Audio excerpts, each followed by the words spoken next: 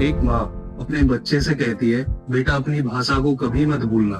वो सिर्फ जुबान नहीं होती बल्कि पहचान भी होती है। लेकिन सोचिए, जब एक देश के अंदर ही भाषा पर जंग छिड़ जाए तो पहचान किसकी बचेगी। आज भारत में भाषा सिर्फ माध्यम नहीं, मतभेद का मैदान बन चुकी है। The language war exploded on the floor of India's parliament on Monday. The language war.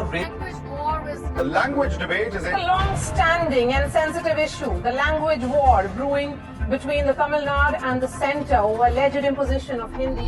Maharashtra में मराठी के लिए आंदोलन, जहां हिंदी बोलने वालों से कहा जा रहा है मराठी बोलो। नौकरी करते हैं ना तो मराठी सीखने का, इधर आपका इंटरनेट सिखाने का, समझे ना? बोला नहीं बोलते, मराठी बोला नहीं बोलते, हाँ ठीक है, नहीं बोलत ना, और नाव समझ नहीं सोशल मीडिया पे ये कोई गलत तरीका है। कर्नाटका में कन्नड़ा अस्मिता को लेके कभी भी जोश भड़क उठता है।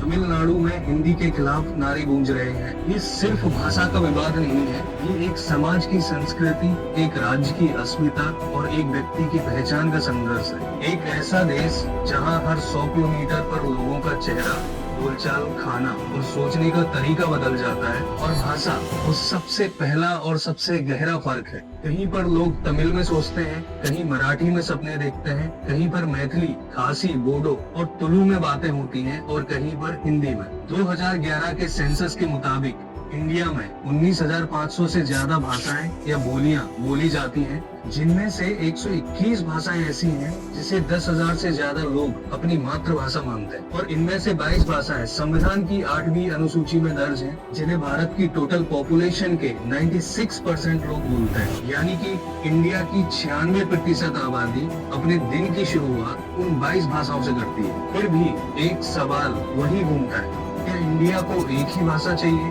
क्या एक देश के लिए एक भाषा जरूरी है? क्या हिंदी सब पर थोपी जा रही है? क्या इंग्लिश सिर्फ अब इलीट क्लास तक सीमित है? और क्या रीजनल भाषाएं सिर्फ एक कोने में दबकर रह जाएंगी? ये सवाल नए नहीं है, ये इतिहास से चले आ रहे हैं।